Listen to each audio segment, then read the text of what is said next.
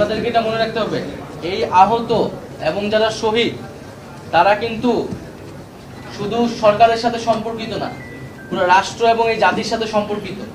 তাদেরকে শ্রদ্ধা করা, সম্মান করা, এটা কিন্তু এই দেশের প্রত্যেকটা নাগরিকের কর্তব্য। আসলে তাদের প্রতি সেই সংবেদনশীলতা দেখানো সরকারের জায়গা থেকে কিন্তু এটি সবসময় দেখানো হচ্ছে। সরকারের যে কোনো অনুষ্ঠান সবকিছু কিন্তু এই শহীদ এবং আহতদেরকে স্মরণ করা হয়, তাদের সুস্থতা কামনা করা হয়।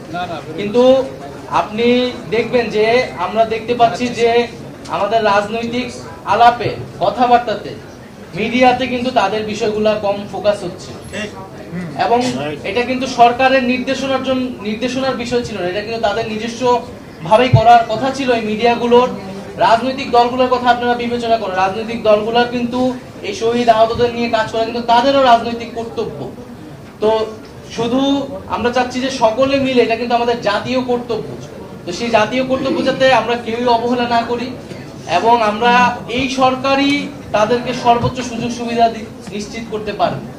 কারণ এবং এই বিশ্বাস তাদেরও আছে, তারা সেই জিনিসটাই আমাদের কাছ থেকে বারবার চাচ্ছে। কিন্তু যখন নির্বাচন বলে বারবার রাজনৈতিক আলাপ আনা হয়, এটা সকলের ভিতরে এক ধরনের অনাস্থা তৈরি করতেছে যে আমাদের এখনো আহতরা বেডে পড়ে আছে, এখনো শহীদ পরিবাররা হচ্ছে তাদের আজকে পর্যন্ত শহীদ হচ্ছে। তো এরকম সময় যখন আমাদের পুরো জাতীয় পরিসরে আলাপ আলোচনা থাকা উচিত ছিল এই শহীদ পরিবার, এই আহতদের নিয়ে, সেই জায়গায় দেখা যাচ্ছে যে শুধু সরকারের উপর সবাই দায় চাপিয়ে বাকিরা নির্বাচন অমুক তমুক অনেক কিছু বলার চেষ্টা করছে।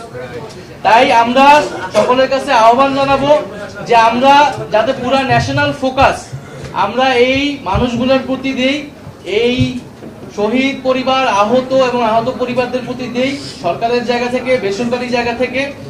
এবং আমরা আজকে একটি টাইমলাইন দেওয়া হলো যে 5 কর্মদিবসের মধ্যে একটি রূপরেখা দেওয়া হবে এবং এই ডিসেম্বরের মধ্যেই আমরা সবকিছু বাস্তবায়ন করতে চাই যেগুলো স্বল্প মেয়াদী আছে এবং দীর্ঘমেয়াদী গুলো উদ্যোগ শুরু হবে।